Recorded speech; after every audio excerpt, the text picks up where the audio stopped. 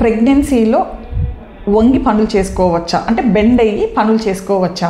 నమస్తే, నేను మీ డాక్టర్ పద్మలత, యారాసి మాతృత్వ ఫర్టిలిటీ సెంటర్ ప్రొద్దుటం. ప్రెగ్నెన్సీలో వంగొచ్చా, పడుకోవచ్చా, లేవచ్చా? ఈ మధ్యకాలంలో చాలా ఎక్కువ అడుగుతున్నారండి పేషెంట్స్ అందరూ కూడా. ఈరోజు వచ్చిన పేషెంట్స్ అయితే, మేడం మా అమ్మాయికి ప్రెగ్నెన్సీ నిలబడింది మేడం, మేము ఏమీ పని చేయించడం లేదు మేడం, కంప్లీట్ రెస్ట్లో పెట్టాం మేడం మా అమ్మాయిని అని చెప్తున్నారు. అందరూ అంటే అమ్మ, నాన్న, అత్త, మామ, హస్బెండ్, రిలేటివ్స్ అందరూ కూడా ప్రెగ్నెన్సీ అన్నది ఏమన్నా డిసీజా అండి? కాదు కదా, అది natural process.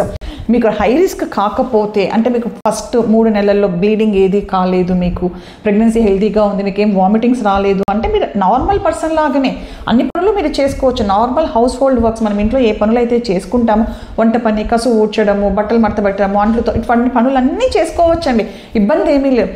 High risk pregnancy అంటే మీకు మాయ కింద ఉండడము, లేదా మీకు బీపీ చాలా ఎక్కువగా ఉండడము, లేదా సివియర్ వామిటింగ్స్ అవుతుంటాయి కొంతమందికి, ఇటువంటివన్నీ ఏదన్నా ఉన్నప్పుడు మేము రెస్ట్ తీసుకోమని చెప్తాము.